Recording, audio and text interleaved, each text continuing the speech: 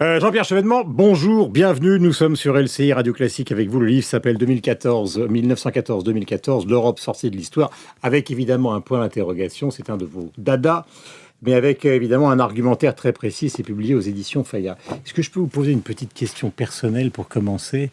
Est-ce que vous avez été dans la famille touché justement par la guerre de 14, parce que c'est le 11 novembre aujourd'hui? Mes deux grands-pères l'ont fait, ils en sont revenus l'un à l'autre, mais ils sont morts trop jeunes et je ne les ai pas connus. Ils sont morts quoi? Des suites justement, des maladies? Je ne peux pas dire ça, non. Ils sont morts l'un de mes grands-pères était garde forestier, il est mort à un peu plus de 50 ans. L'autre fermier, il est mort à 50 ans. Donc, mais ils vous ont parlé, ils vous en ont... Je ne les ai pas connus. Vous ne les avez jamais connus? Je ne les ai jamais connus. Mais par le biais justement de vos parents Ma grand-mère peut-être, mais enfin... je dirais que les femmes ont joué un rôle important pendant la guerre de 1914. Et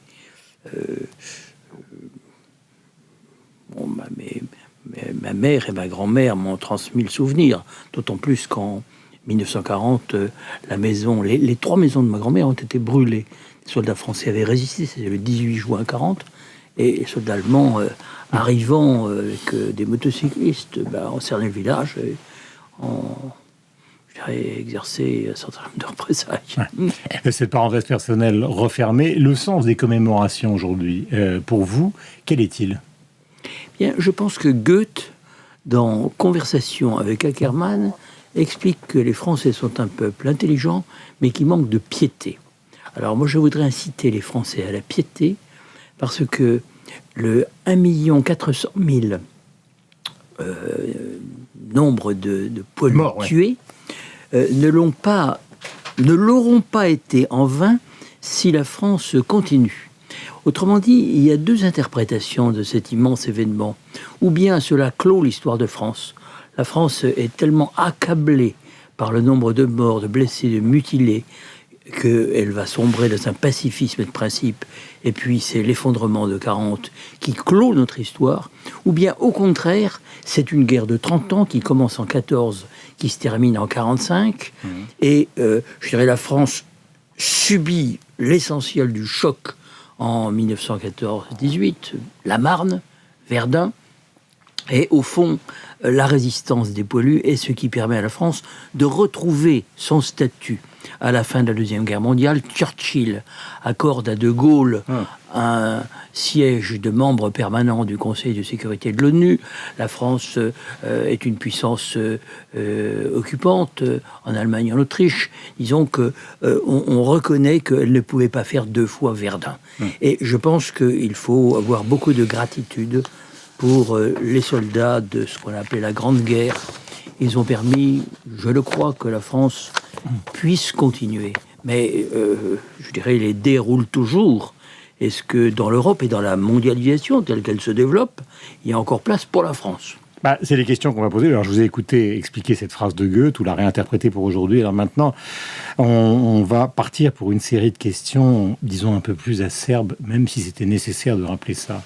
Est-ce que l'Allemagne, parce que je vous ai lu avec beaucoup d'intérêt, l'Allemagne, le peuple allemand n'était pas belliciste avant 14. Vous l'expliquez, c'est d'abord et avant tout l'état-major, le Kaiser, enfin c'est le sommet de l'État qui a voulu ça, dans une espèce de bataille industrielle contre la Grande-Bretagne, qui est passée malheureusement par la France. Est-ce qu'aujourd'hui l'Allemagne est dangereuse pour vous? Il faut être France matin, autrement ça n'a aucun intérêt.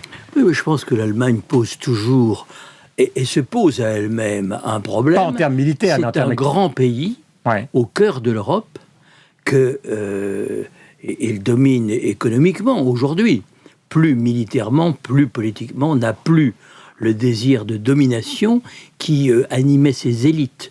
Et je pense que pour bien juger toute cette période, il faut connaître l'avant 1914, l'idéologie du pan-germanisme. Mais par exemple, quand au début de son arrivée au pouvoir, François Hollande a tenté de défier Angela Merkel, est-ce que vous considérez aujourd'hui qu'il a renoncé et qu'il faudrait remettre tout ça sur la table, puisqu'il s'agit d'une guerre économique aujourd'hui? Ça n'a rien à voir. Je pense qu'il faut introduire dans l'histoire les césures nécessaires. Il y a des bifurcations. On ne peut pas imaginer que l'histoire est une sorte de ligne droite. Non. Et je pense qu'aujourd'hui, il y a des sujets à débattre entre la France et l'Allemagne. Le cours de l'euro aujourd'hui écrase bien évidemment les pays de l'Europe du Sud, les met dans un équilibre de sous-emploi, avec un chômage... Vous n'avez pas répondu sur Hollande. Est-ce qu'il a fini par, pardonnez-moi l'expression, mais baisser pavillon face à Angela Merkel? Je pense qu'il a pris en tout cas le temps de la réflexion. Il aurait pu profiter. Mais là, vous êtes beaucoup trop diplomate, vous êtes gentil, mais je vous demande s'il a baissé pavillon. Vous me dites qu'il a pris le temps de la réflexion. Oui, parce qu'il n'a pas renégocié le traité européen, contrairement à ce à quoi il s'était engagé. Mais il a considéré que la pression des marchés financiers, j'imagine, il ne me l'a pas dit, mais était telle qu'il ne pouvait pas se le permettre. Hein. Donc il a renoncé à ce qu'il avait annoncé pendant la campagne. Non, parce que le problème est toujours là. C'est celui de la monnaie unique, qui est une hérésie, qui juxtapose des pays trop différents, qui crée des déséquilibres absolument massifs, qui nous enferme dans une stagnation de longue durée. Et il va bien falloir s'attaquer à ce problème. C'est la deuxième partie de mon livre, et même la troisième. Ou bien on donne à la Banque centrale des pouvoirs qui sont les pouvoirs d'une banque centrale normale, mais les Allemands n'y sont pas prêts. Et de toute façon, ça risque de nous donner qu'un répit. Ou bien on fait de la monnaie unique une monnaie commune. On fait de l'euro une monnaie commune. C'est-à-dire quelque chose qui permet des ajustements sans douleur entre les différents pays et aux différents pays de combattre à armes égales sur les marchés internationaux. Mais vous faites parler François Mitterrand qui malheureusement est mort en considérant dans le JDD ce week-end qu'en bon républicain, lui qui avait fait voter Maastricht en 92, il serait revenu sur cette situation pour essayer de rétablir justement une parité plus juste, notamment pour nos exportations et pour le développement du pouvoir d'achat. Mais il aurait fait comment, Mitterrand? Et comment peut faire Hollande aujourd'hui? Mitterrand a été à l'origine de la monnaie unique avec Kohl et Delors. Je pense que Mitterrand n'était pas un économiste, ne lisait pas la théorie des zones monétaires optimales selon Robert Mundell, qui est l'économiste qui en la matière fait autorité. Donc Mitterrand... Mais pourquoi serait-il revenu sur ce qu'il a voulu? Ben parce qu'il constate les résultats. Il est mort, il n'a pas pu le faire, il n'a jamais voulu. Oui, je fais rarement de la politique fiction et je me suis prêté à une question du journal du dimanche. Mais je pense que Mitterrand, étant à l'origine, aurait été plus libre à l'égard d'une construction dont on voit les résultats négatifs. Pardonnez-moi de vous interrompre, mais quel Français, à part vous, aujourd'hui, pourrait obtenir de l'Europe la renégociation justement de cette monnaie unique pour la transformer en monnaie commune? C'est le moment de votre livre où on se pose la question quand même. Alors l'Europe est un mot. Dessinez-moi le scénario. L'Europe juxtapose des nations dont l'histoire continue, c'est la thèse de mon livre. Les nations n'ont pas disparu. L'Allemagne elle-même peut-elle renflouer la monnaie unique à perpétuité? Il va falloir des plans de restructuration de leurs dettes pour la Grèce et le Portugal, c'est sûr. Des pays comme l'Italie, l'Espagne vont voir s'envoler leur déficit et leur endettement. Lisez Patrick Artus. Tout ça est devant nous. La crise de la monnaie unique n'est pas terminée. Or, l'Allemagne... Vous voulez dire qu'on ne va pas négocier dans un rapport de force avec eux, mais ils vont y être contraints? Oui, je pense que l'Allemagne peut être amenée, par réflexion, à négocier une sortie de ce système imbécile. Et par conséquent, je compte à la fois sur la pression de pays comme l'Italie, l'Espagne, la France, et d'autres encore. Vous venez de dire il y a quelques instants que François Hollande avait renoncé finalement. Non mais provisoirement. Vous ne savez pas ce qui se passera demain. Il sera confronté peut-être à des événements tels qu'il faudra qu'il fasse des choix courageux. Vous faites partie des gens qui considèrent qu'il existe actuellement une fascination pour le pire? Parce que avant le week-end, Jacques Attali disait nous sommes en 2e division. Donc est-ce que vous considérez justement, puisqu'on est dans une journée importante, le 11 novembre, que le pire est devant nous, pour la France et pour l'Europe? Pas forcément le pire, parce que nous avons beaucoup d'atouts, qu'on ne peut pas faire l'Europe sans la France. Je propose, de la dernière partie de mon livre, qu'on redéfinisse l'Europe, qu'on aille vers une Europe confédérale, une grande confédération de peuples libres, dans un monde qui sera dominé par la Chine et les États-Unis. La Chine ayant pratiquement déjà rattrapé les États-Unis à quelques années près. Donc, est-ce que l'Europe va continuer d'exister? Et si elle le peut, c'est sous une forme différente. Mais récemment, Dominique Strauss-Kahn, qui était en Corée, a donné une conférence dans laquelle il considère que la situation économique de l'Europe ne va pas s'améliorer et donc il y aura les troubles sociaux, les troubles politiques. Est-ce que vous êtes sur cette ligne-là? Est-ce que vous êtes une sorte de Strauss-Kahnien tardif? Je ne me relie jamais à des positions que je ne comprends pas et que d'autres ont définies. Je n'ai jamais été Strauss-Kahnien, mais il se peut que Dominique Strauss-Kahn, qui est un homme très intelligent, aboutisse aujourd'hui à des conclusions qui n'étaient pas les siennes au moment où il soutenait le traité de Maastricht. Vous voyez, c'est lui qui a changé. Mais est-ce que l'économiste qu'il est manque à la société française et à la gauche? En dehors de ses affaires privées. Est-ce qu'on ne devrait pas mettre une croix sur ses affaires privées et lui dire Dominique va à Bercy? Non mais... Dominique Strauss-Kahn peut toujours donner des avis, c'est sa liberté. Pour ce qui est de son engagement politique, je pense qu'il pourrait rester maintenant sur la réserve. Je crois que, honnêtement, nous avons beaucoup d'économistes, et comme disait Churchill, quand je demande leur avis à 6 économistes, j'en ai 7 parce que M. Keynes me donne 2 avis. Donc nous ne manquons pas d'économistes, c'est pas le problème. Question, où est passé Manuel Valls? Parce que vous l'avez soutenu ici même à propos de l'affaire Leonarda. Il y a les dégradations qui ont eu lieu à Morlaix, les radars, les bornes écotaxes, pour l'instant ça continue. Comment se fait-il qu'il ait disparu médiatiquement? Il n'a pas disparu évidemment, mais est-ce que vous le déplorez? Non, deux poids, deux mesures. Non, je ne le déplore pas. Manuel Valls fait bien son travail. Il rappelle la nécessité de la règle en République.